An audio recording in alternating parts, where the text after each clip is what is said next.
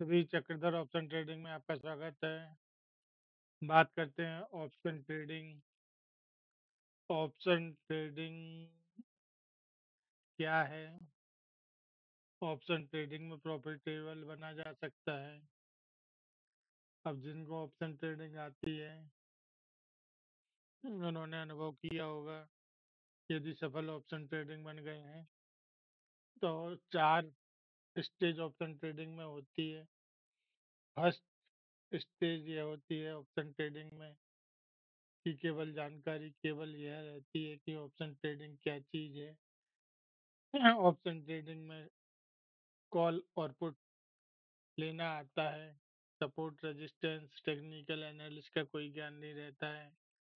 ऐसी स्थिति में क्या होता है कि प्राइस को अपसाइड देखते हुए डाउन साइड देखते हुए जो मोमेंटम दिखाई देता है उसमें ट्रेड ले लिया जाता है।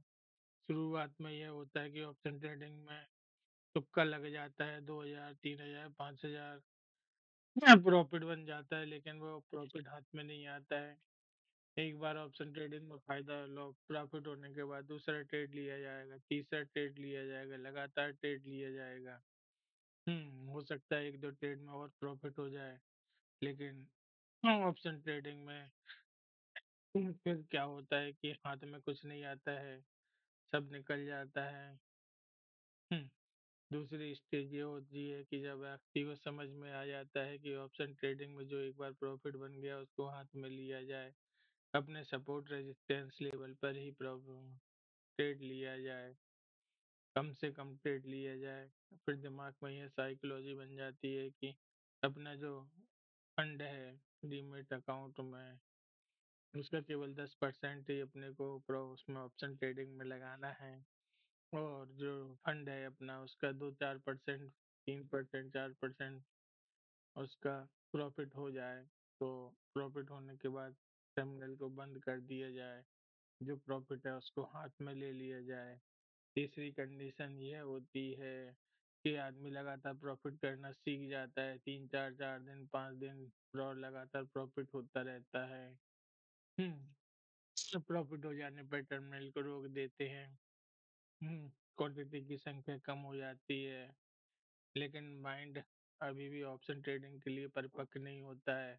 ऐसी स्थिति में होता है क्या है कि जब भी प्राइस एक रेंज में फंस जाती है और रेंज में ऑप्शन ट्रेडिंग करने पर ना अपसाइड का ट्रेड मिल पाता है ना पुट साइड का ट्रेड मिल पाता है, लेकिन लालच जो हावी रहती है उसमें सही सपोर्ट रेजिस्टेंस और कहीं बिना टेक्निकल एनालिसिस के लगातार लगातार लॉस रिकवर करने के लिए ट्रेड लिया जाता है और बड़ा लॉस क्रिएट कर लिया जाता है, बार बार अकाउंट खाली हो जाता है।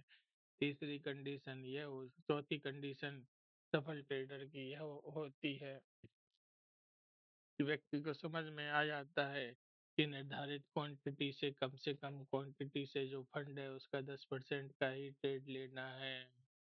एक बार मार्केट में प्रॉफिट हो जाने पर फिर मार्केट को प्रॉफिट वापस नहीं देना है।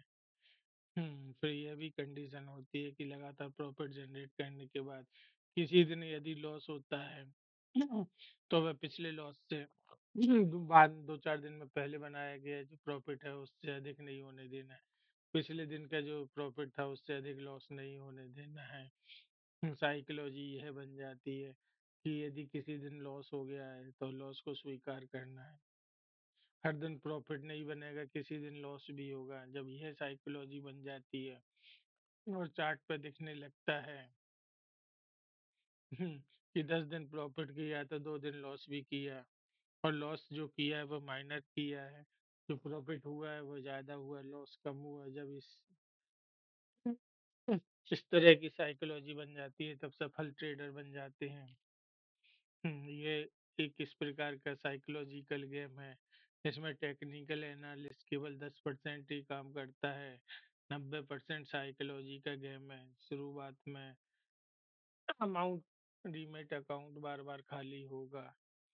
हम्म, और दूसरी बात यह है कि जब भी स्थिति बनती है कि बार बार लॉस होता है, डीमेट अकाउंट खाली होता है, तब कंडीशन ये रहती है कि ऑप्शन ट्रेडिंग को रोक दिया जाए और ऑप्शन ट्रेडिंग की टेक्निकल एनालिसिस किया जाए, चार्ट का लगातार प्रैक्टिस किया जाए, प्राइस एक्शन का लगातार प्रैक्टिस किया जाए।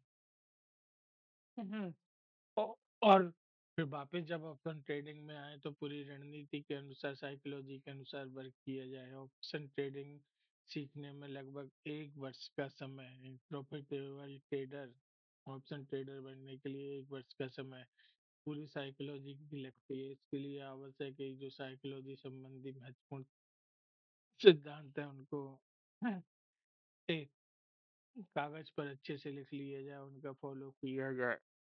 इसमें कई सारी चीजें रहती हैं कि मेरे पास इतना अमाउंट है, डीमेट अकाउंट में राशि है, उसका 10% रेट लेना है, अपने महत्वपूर्ण लेवल पर ही, सपोर्ट रेजिस्टेंस पर ही लेना है। चार्ट क्या बता रहा है, किस कौन सा पॉइंट एंट्री पॉइंट है, कौन सा पॉइंट एग्जिट पॉइंट है, कितना अपने को रिस्क लेना है, रिस्क मैनेजमेंट को ध्यान रखना, बहुत सारी बातें हैं। ये सब चीजें दिमाग में बैठने के बाद ही सफल ऑप्शन ट्रेडिंग की जा सकती है। धन्यवाद।